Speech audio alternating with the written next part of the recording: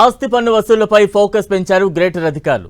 ఎన్నో ఏళ్లుగా పెండింగ్ లో ఉన్న బకాయిలను కూడా ముక్కు పిండి వసూలు చేస్తున్నారు. మొండి బకాయిదారులకు కూడా డిస్కౌంట్ ఇస్తూ వసూళ్లు చేస్తున్నారు.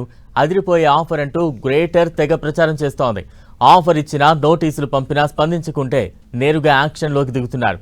అవసరమైతే సీజ్ చేసి షాక్ ఇస్తున్నారు. గ్రేటర్ హైదరాబాద్లోని 3 కార్పొరేషన్ల పరిధిలో ఇప్పుడు ఆస్తి పన్నుల వసూళ్ల జాతర జరుగుతోంది.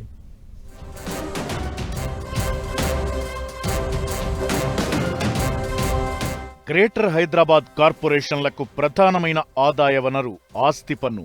ఈ ఏడాది 3 కార్పొరేషన్ల పరిధిలో 6,387 కోట్ల రూపాయల ఆస్తి పన్ను వసూలు కావాల్సి ఉంది. కానీ ఇప్పటి వరకు 2,186 కోట్ల రూపాయలు మాత్రమే ట్యాక్స్ వసూలయ్యింది. మిగిలిన ఆస్తి పన్నుతో పాటు ఏళ్ల తరబడి పెండింగ్ లో ఉన్న వాటిపై కూడా ఫోకస్ పెట్టారు అధికారులు. 3 కార్పొరేషన్ల పరిధిలో 28,80,000 మంది ఆస్తి పన్నుదారులు ఉన్నారు. ఇప్పటి వరకు 17,80,000 మంది ఆస్తి పన్ను చెల్లించారు. మరో 11 లక్షల మంది బకాయిలున్నారు. అయితే లాంగ్ స్టాండింగ్ లో పన్ను చెల్లించకుండా ఉన్నవారికి రాష్ట్ర ప్రభుత్వం ప్రత్యేకంగా వన్ టైం సెటిల్మెంట్ జీవోను తీసుకొచ్చింది. బకాయిలను ఒకేసారి చెల్లిస్తే వడ్డీలో 90% రాయితీ పొందవచ్చని ఆఫర్ ఇచ్చింది. ఈ ఆఫర్ పెట్టిన తరువాత 3 కార్పొరేషన్ల పరిధిలో 322 కోట్ల రూపాయలు వసూలయ్యాయి. అంటే ఓటీఎస్ ద్వారా 52 కోట్ల రూపాయల రాయితీని ఇచ్చింది ప్రభుత్వం. మిగిలిన వారు కూడా ఈ స్కీమ్ను సద్వినియోగం చేసుకోవాలని పిలుపునిచ్చారు జీహెచ్ఎంసీ కమిషనర్. క్యూర్ ప్రాంతంలో 28,80,260 ప్రాపర్టీ ట్యాక్స్ నంబర్స్ ఉన్నాయి. 18 lakhs members property tax pay చేశారు. 28 lakhsలో 18 lakhs పే చేశారు.